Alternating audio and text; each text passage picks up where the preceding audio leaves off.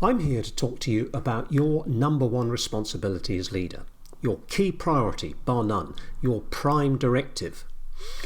As leaders, we need to get this right to ensure any chance of creating a vibrant, sustainable team or organisation. Without it, good people leave, energy wanes, and problems pile up.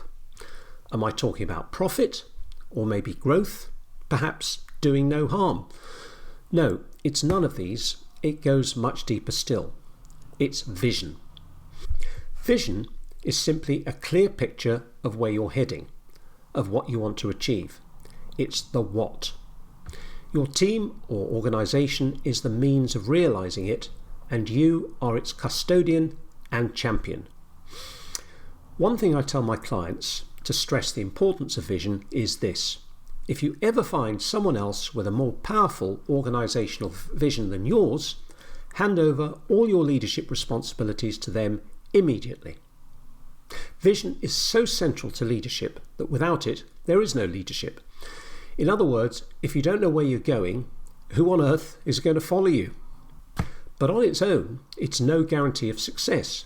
It has to ignite something deeper. It has to resonate with a sense of purpose. Now, whereas the vision is explicit and collective, purpose is individual and internal, which means that the same vision can excite many people in different ways. You may be working in a call centre because you love the buzz of activity. It makes you feel alive.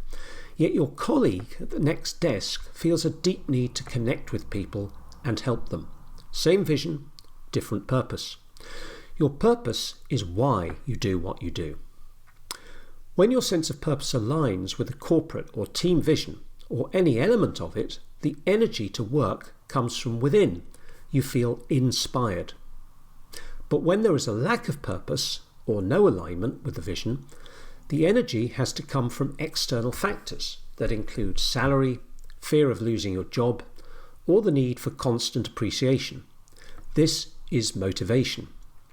Motivation comes from outside of you and is limited. Inspiration, as the word suggests, comes from within and is inexhaustible. Traditionally, managers motivate their people using sticks and carrots, boundaries and rewards. Leaders, on the other hand, operate in a dimension of inspiration in which they look to ignite a sense of purpose within the individual, which is self-sustaining. Now, as leader, it's not your job to align someone else's sense of purpose with their vision. Only they can do that. It's neither your job to adapt your vision to the people around you. That will only dilute it and make it less appealing to you. It is your job to communicate your vision in an exciting, compelling way that will inspire your people to get behind it and work toward it. And if some of them don't, that just tells you that they are not the right people to make your vision a reality. They're not a good fit for your team. It's not their fault. It's not your fault. Just like it's no one's fault if you can't open a tin of beans with a spanner. But it is your responsibility to make sure that your team is right behind you and aligned with your vision of what you want to make happen. Unfortunately, I come across many leaders who fail to take action when it becomes evident that a member of the team, for whatever reason, is just not on board with the vision and fails to support it to the degree necessary. This can take many forms, from dissent to lack of cooperation, from low engagement to outright disruption. The question to ask yourself in this situation is this: if my team were to resign and then ask for their jobs back again, who would I re-employ? And unless the answer is an immediate and unequivocal everyone, chances are you are making excuses for poor performance.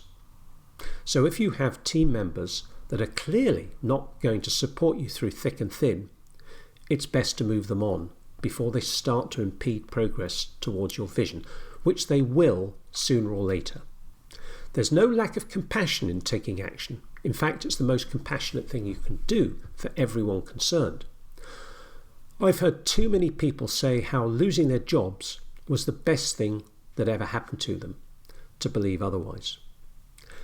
So work on your vision, clarify it, amplify it, and communicate it at every opportunity. Your vision is the primary source of energy for your team and organisation. Use it to inspire yourself and everyone around you.